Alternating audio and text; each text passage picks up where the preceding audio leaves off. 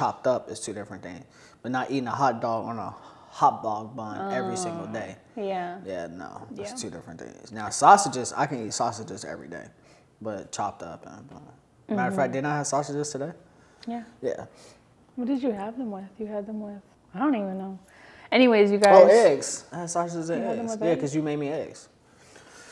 I feel like you, oh yeah, you did. You just had sausages and eggs, yeah. Well, how was your week? Week was amazing. About to end the week off and start kicking ass in November. I think we got like, 3 weeks left in November, so.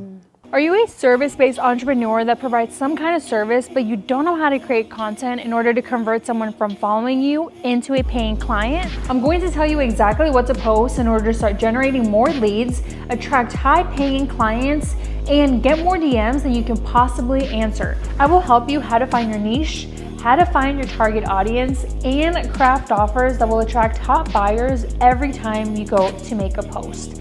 Text me content to 513-516-7332 to learn more on how you can get mentored by me for only $99 a month. I mean, we've been successful since we first got here. I feel like we just started getting more opportunities a year after. For the shit that we wanted to do, Yeah, because that's when we started building connections and we already knew people and we had relationships built. And it just goes to show, like, no matter what city you move to, you're still going to have to build relationships. You're still going to have to do the work. And going back to SEO, we can kind of get into it. What does SEO mean to you? And let me kind of just define it. So SEO, technically, if I look up the search engine optimization. Yeah, stands for search engine optimization. Like, what do you think SEO means to you in terms of your personal brand? I didn't realize I was doing so much SEO until we actually figured out what the breakdown was. But just in my basic understanding of SEO is if I type in video editing on a search engine platform, then whatever profile or website or link has video editing, and it's gonna be the first thing that pops up. Yeah, so SEO is just pretty much just getting your audience familiar with the keyword or getting your audience familiar with keywords that you're already using. And that's why Matt said, like, he didn't realize how much he was already using it, because I feel like there is content, like he always used the words video marketing or videographer, marketing, AZ videographer, social media manager. It's like she said, it's a keyword. So it again, going back to what I said before, it's being able to, if I go into any search engine and I type in that keyword, then whatever is attached to that keyword is going to be the first thing that pops up.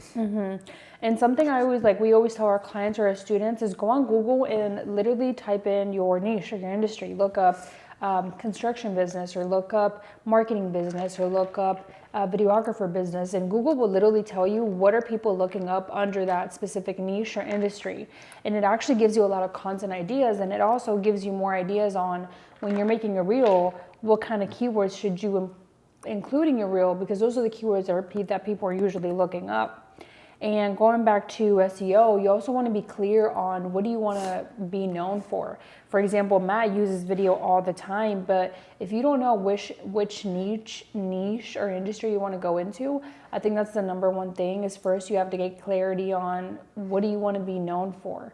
And I know for me, it's marketing and social media, and for Matt, it's been more video marketing and strategy, because that's really where you're going into this year. Yeah, you gave me clarity last year that I was a strategist based on the stuff that I was doing versus what people weren't doing, and being able to be super clear about having strategists, that keyword, and all my social media platforms. So that's Instagram, YouTube, TikTok, Twitter, LinkedIn, Facebook. I feel like I'm missing something.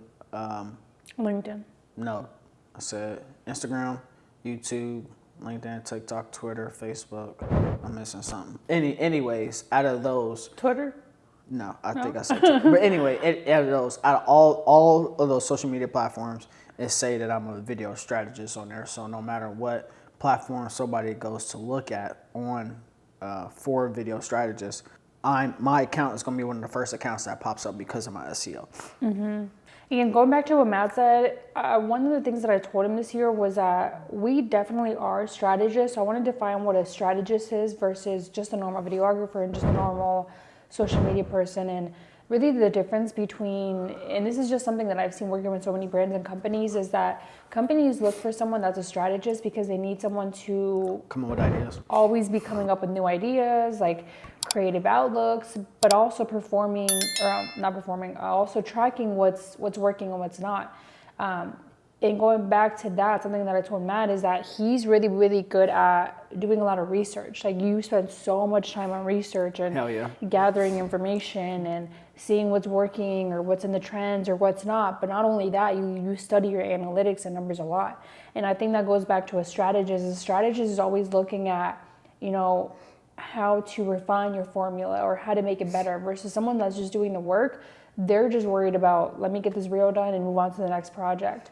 And I think that's really what separates us in our niche, in our industry. And it goes back to you guys and how you guys can separate yourself is, you know, if you really want to stand out in front of these brands, just show them how are you tracking your progress, whether that be through KPIs or likes or views.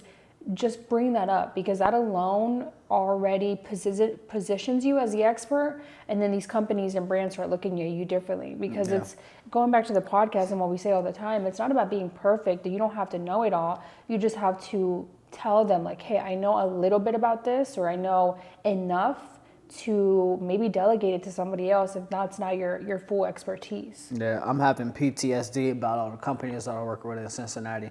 When I used to ask them, I'm like, how are you tracking the information? How are you tracking your sales? How are you tracking your data? How are you tracking your leads? Oh, I'm not. I'm like, you're not writing this down? No. And I'm just like, oh my God. Like, it's just flashbacks. It's Yeah. just, that's what makes us, again, that was something that Jazz helped me out with last year, was realizing that I was a strategist. But also, more importantly, is that the more and more I just had a sales meeting, and the more and more I'm talking to all these companies, the more and more I'm realizing that we are an important piece when it comes to SEO, content, and strategy, because we have creative ideas about stuff that can be done for the business, and not a lot of business owners have creative ideas because they should be worried about this shit. So they need to bring somebody in like us that actually have a strategy to completing the goals that they want to achieve for their business. Yeah, and then going back to what Matt said, he brought up an important point, but I think also the thing that separates us is from a lot of, I would say, Everybody else that comes in. regular people that are just doing the work in a 9 to 5, is that because we started our own business, and this is something that I told Matt, is that we're able to understand how every single role in a company is important. And it's really, really helpful and beneficial when you actually start your own business and you're able to fulfill every single role in your own company, because then when you do that exact, let's just say,